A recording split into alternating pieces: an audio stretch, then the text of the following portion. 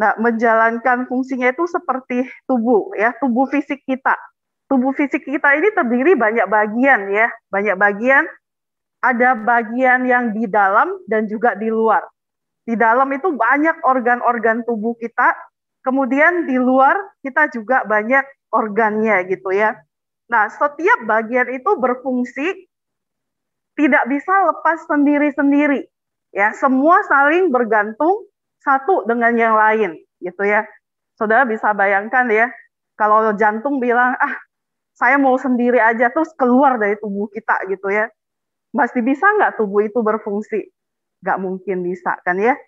Oke, nah mari kita lihat firman Tuhan dari 1 Korintus. Saudara, mari kita buka 1 Korintus 12.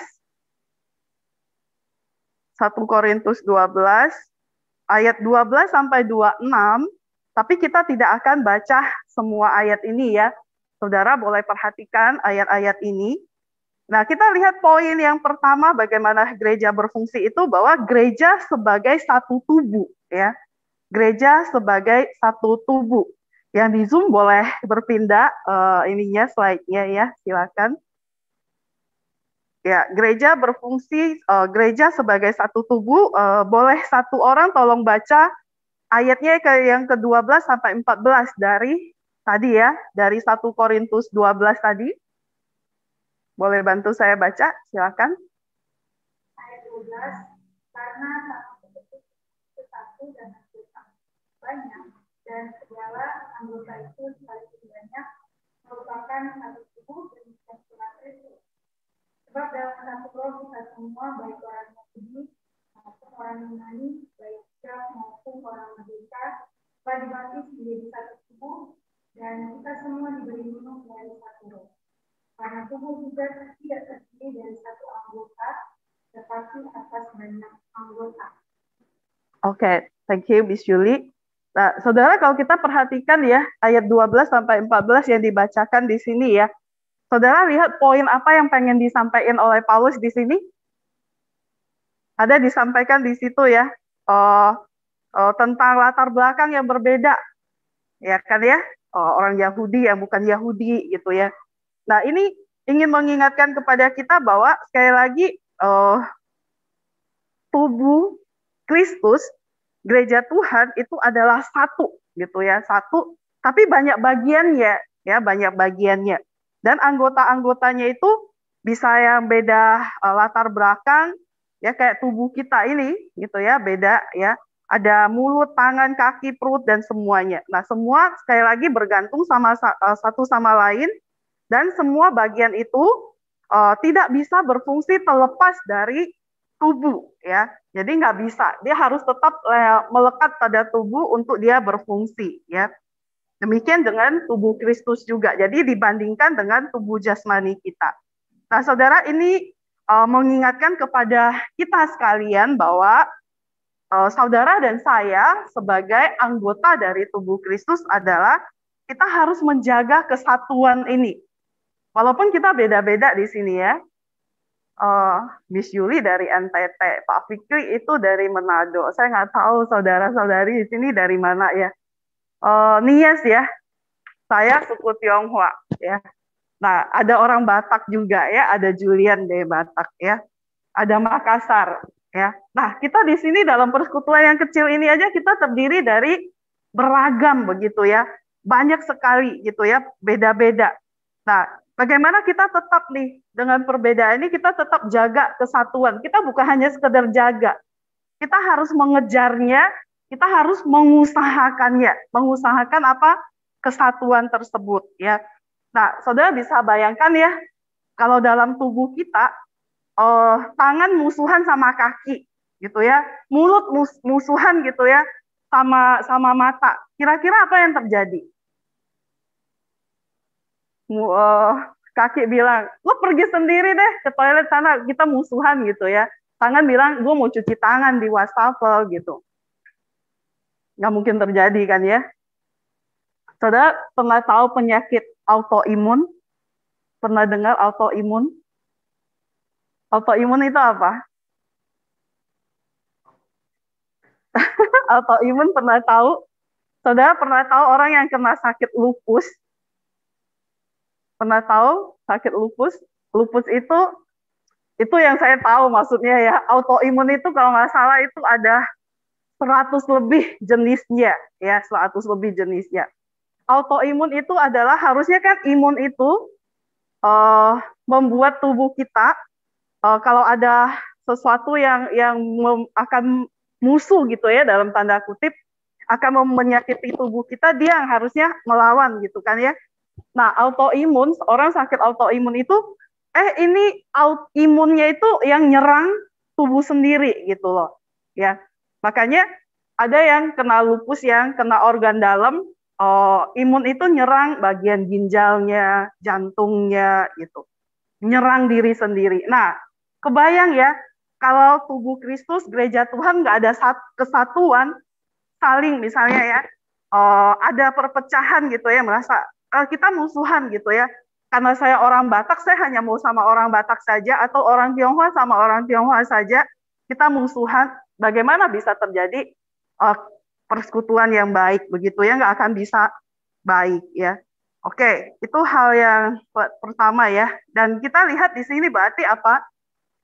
Gereja itu sebagai satu tubuh juga membutuhkan perbedaan atau keberagaman ya. Sekali lagi, kesatuan itu tercipta bukan karena satu jenis semuanya, bukan. Tetapi kesatuan itu di dalamnya ada beragam ya. Tubuh kita nggak mungkin cuma terdiri dari tangan saja. Nggak mungkin cuma terdiri dari kaki saja.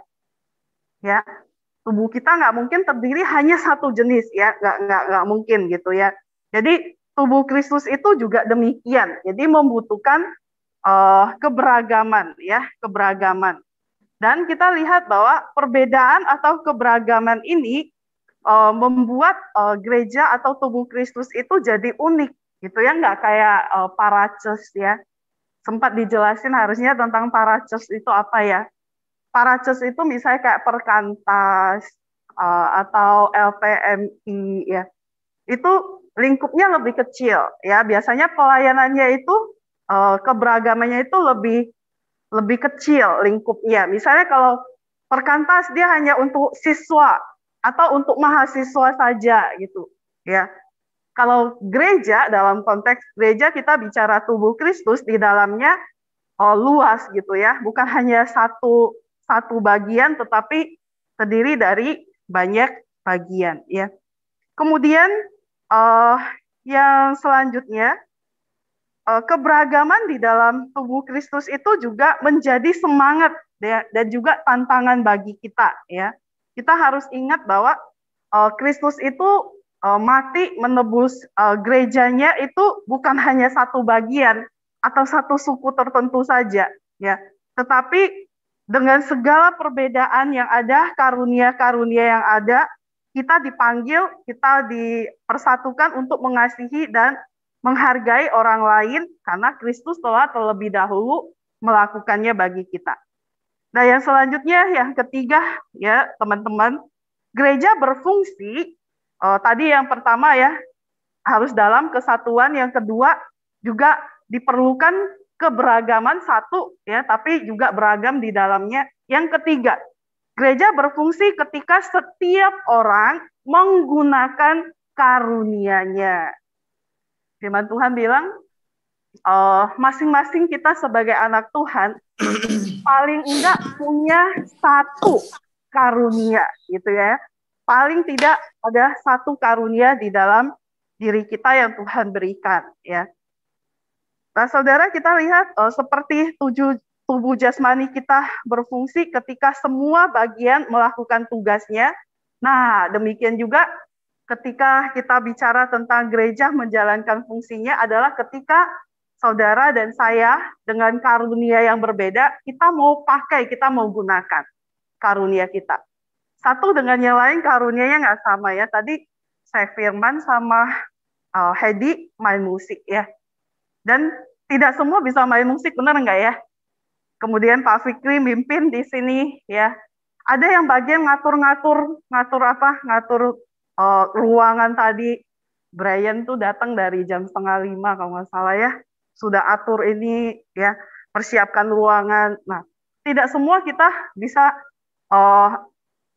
mempersiapkan ibadah dengan baik kalau masing-masing kita dengan bagian kita kita tidak lakukan. Hanya bergantung misalnya, oh yang musik aja deh gitu ya. Semua musik gitu. Apakah tanpa ada yang mimpin bisa jalan ibadah dengan baik? Enggak kan ya. Jadi semua harus bergerak menjalankan fungsi masing-masing kita sehingga semuanya bisa berjalan dengan baik. Nah, kita lihat beberapa bagian firman Tuhan yang menegaskan tentang bagian ini. Nah, saudara, di PowerPoint saya, di situ ada ya. Kita lihat yang pertama, Roma 12 ayat 4 sampai ayatnya yang ke-8. Boleh satu orang saudara tolong bacakan. Roma 12 ayat 4 sampai 8. Roma 12 ayat 4 sampai 8. Sebab sama seperti pada satu tubuh kita mempunyai banyak anggota, tetapi tidak semua anggota itu mempunyai tugas yang sama. Demikian juga kita, walaupun banyak, adalah satu tubuh di dalam Kristus. Tetapi kita masing-masing adalah anggota yang orang terhadap yang lain. Demikianlah kita mempunyai karunia yang lain-lain, menurut kasih karunia yang dianugerahkan kepada kita. Jika karunia itu untuk berbuat, baiklah kita melakukannya sesuai dengan iman kita. Jika karunia untuk melayani, baiklah kita melayani. Jika karunia untuk mengajar, baiklah kita mengajar. Jika karunia untuk menasihati, baiklah kita menasihati. Siapa yang membagi-bagikan sesuatu, hendaklah ia melakukannya dengan hati yang ikhlas. Siapa yang memberi pimpinan, hendaklah ia melakukannya dengan rajin. Siapa yang menunjukkan kemudahan, hendaklah ia melakukannya dengan sukacita. Terima kasih. Ya, kita lihat di situ disebutkan macam-macam ya karunianya ya. Saudara bisa hitung tuh ada berapa banyak. Nanti kalau digabungkan dengan yang di Korintus, nanti di Efesus juga ada ya. Nah, masing-masing di sana kita dikasih tahu kita punya karunia ya. Dan kita memiliki karunia itu dikatakan karena apa di situ? Mari William yang baca tadi, kita diberikan masing-masing dengan karunia yang berbeda itu karena apa di situ dikatakan?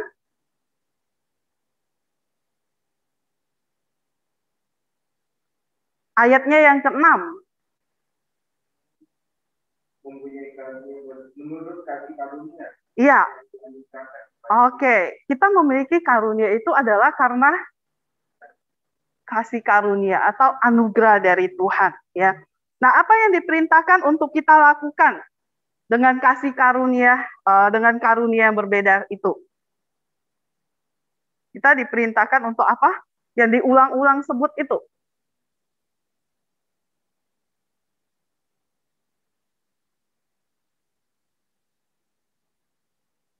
Untuk apa? Untuk ngumpet di dalam kamar. Untuk diapakan?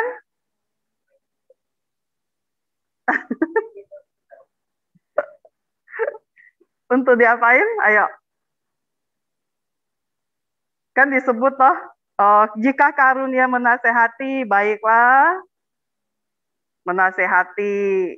Ya, jika karunia membagikan sesuatu, hendaklah ia melakukannya. Berarti apa itu? Kita kalau punya diam aja gitu, bagaimana? Ya, berarti harus apa? Kita pakai kan ya? Harus dipakai kata firman Tuhan ya. Oke? Nah, sekarang kita lihat bagian yang kedua. 1 Petrus 4 ayat 10 sampai 11. Sarus tolong bacain, Sarus.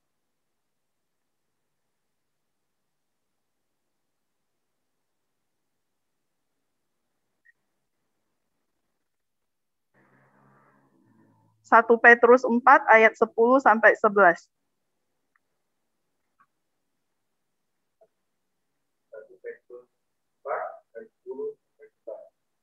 Layanilah seseorang yang baik sesuai dengan karunia yang telah diperoleh setiap orang sebagai pemerintahan baik dan Allah. Jika ada orang yang berbicara, baiklah dia berbicara sebagai orang yang berbicara dengan Allah. Jika ada orang yang melayani, baiklah dia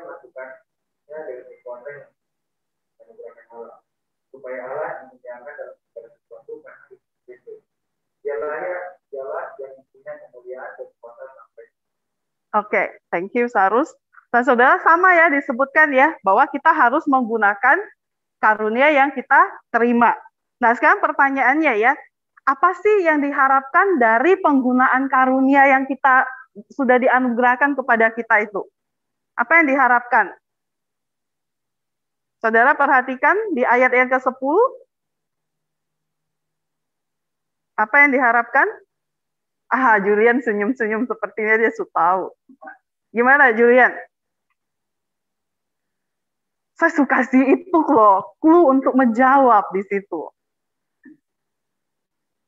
Ya toh, Ibu Guru, tanya Ibu Guru. Sudah ada kisi-kisinya di situ, ya. Apa? Maaf, saya nggak tahu namanya siapa, ya? Dian, oke. Oh, Dian, ya ampun Dian, saya baru ngeh. Gimana Dian, menurut kamu Dian? Ya, iya, kita lihat ya, yang pertama ya, kita menggunakan karunia kita itu di situ firman Tuhan bilang untuk melayani satu sama lain. Jadi karunia kita itu untuk melayani satu sama lain. Terus yang kedua apa? Di ayatnya yang ke-11. Apa tujuan kita menggunakan karunia kita? Ya,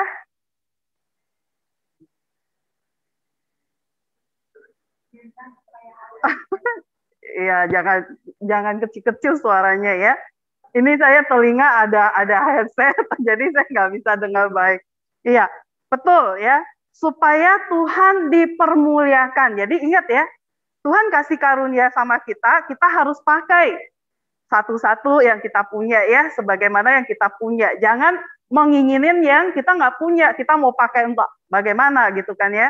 Nah, setelah itu kita ingat tujuannya untuk apa ketika kita pakai karunia kita. Ya, bisa main musik, melayani yang lain kan ya untuk bisa memuji Tuhan dengan baik.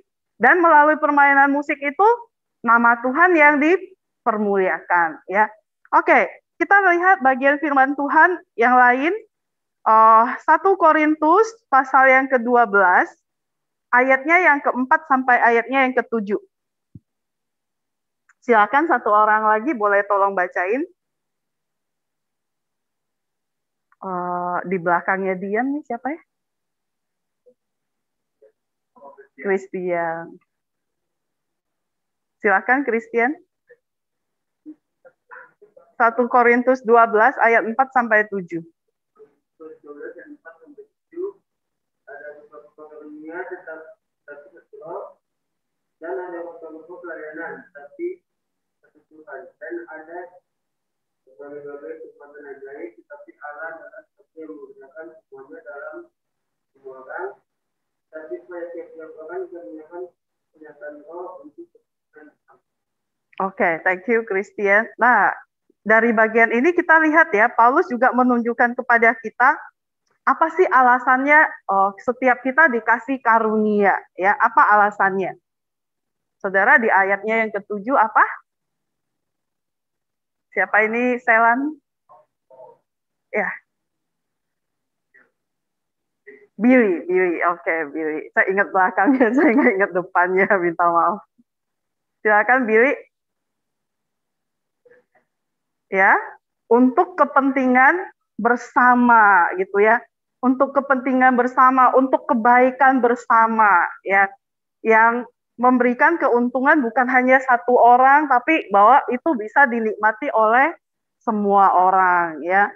Jadi saudara mesti ingat ya, kita punya karunia itu diberikan bukan untuk kita simpan sendiri, tapi itu penting loh untuk orang lain gitu ya. Saudara yang bisa main musik, nggak cuma main musik di rumah aja, tapi itu bisa untuk persekutuan, membuat orang menyembah Tuhan. Saudara yang pintar nyanyi, jangan hanya nyanyi di kamar mandi gitu kan ya.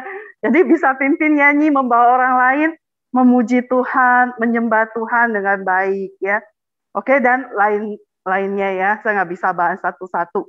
Nah saudara, dari ketiga bagian firman Tuhan ini, kita melihat satu kesimpulan ya, bahwa Allah memberikan karunia kepada setiap kita, dan bahwa kita harus menggunakan karunia-karunia tersebut untuk melayani tubuh Kristus tubuh Kristus di sini dalam arti gereja ya, dan untuk memuliakan Tuhan ya, memuliakan Tuhan. Jadi saudara, kita lihat ya di sini, nah untuk menggunakan karunia kita masing-masing kan ya, hal pertama yang harus kita ingat adalah bahwa kita harus mengenali dulu apa karunia saya. Nah, saya ingin saudara nanti masuk dalam diskusi ya, bagaimana kamu bisa mengenali karunia kamu. Kemudian yang kedua, mungkin nggak kita dicobai untuk menggunakan karunia kita untuk diri kita sendiri atau untuk kemuliaan kita, bukan untuk kebaikan tubuh Kristus dan kemuliaan Tuhan. Mungkin nggak? Nanti saudara kasih alasan ya. Nah, apa saja cara kamu memakai karuniamu melayani di gereja?